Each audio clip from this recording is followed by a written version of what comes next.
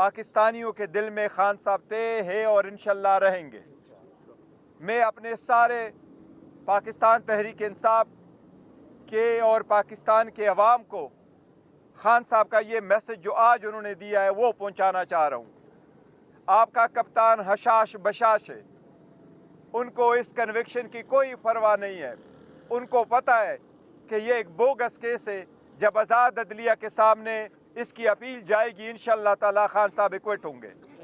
इसलिए खान साहब की तरफ से आप सब के लिए ये पैगाम है कि तहम्मुल से काम लो, बर्दाश्त से काम लो, इश्तिहाल में ना आना, मुश्तइल ना होना और 8 तारीख को जोक दर जोक निकल करके अपने आईनी कानूनी राय दही का इस्तेमाल करना, ये आप सब के लिए खान साहब का पैगाम है जो मैं आपको दे रहा हूँ।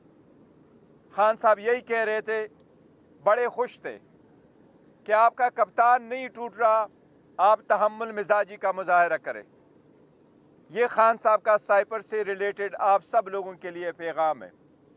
हमारा हक दिफा ख़त्म किया गया था, आज खान साहब ने उसका भी तज़किरा किया कि वही तो हम रिकॉर्ड पे लाना चाह रहे थे, ताकि अदालत के सामने ये बात आ जाए रिकॉर्ड पे कि जिन लोगों को लेके आया गया घर के मुलाजिमीन को, एक आम ऑफिस वर्कर को, कि ये झूठ बोल रहा है या इसे झूठ बुलवाया जा रहा है, असल जो वैल्यूएशन है वो ये है।